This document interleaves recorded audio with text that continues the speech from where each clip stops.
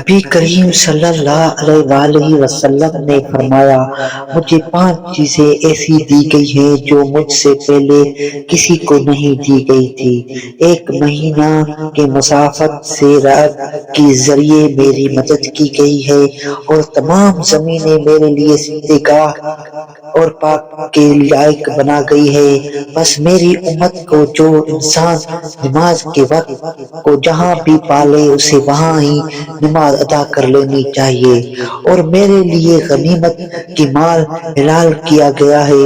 مجھ سے پہلے یہ کسی کے لیے بھی حلال نہیں تھا، اور مجھے شفاعت عطا کی گئی، اور تمام انبیاء اپنے اپنے قوم کے لیے مبعوث ہوتے تھے، لیکن میں تمام انسان کے لیے عام طور پر نبی بنا کر بھیجا گیا ہوں۔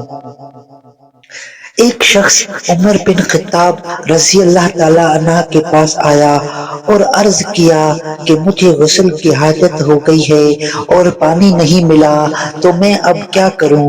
اس پر عمار بن یاسر رضی اللہ تعالی عنہما نے عمر بن خطاب رضی اللہ تعالی عنہ سے کہا، کیا آپ کو یاد نہیں جب میں اور آپ سفر میں تھے، ہم دونوں اجنبی ہو گئے، آپ نے تو نماز نہیں پڑھ لی، لیکن میں نے زمین پر لوٹ پوٹ لیا اور نماز پڑھ لی۔ پھر میں نے نبی کریم صلی اللہ علیہ وآلہ وسلم سے اس کا ذکر کیا تو آپ صلی اللہ علیہ وآلہ وسلم نے فرمایا، کیا تجھے بس اتنا ہی کافی تھا؟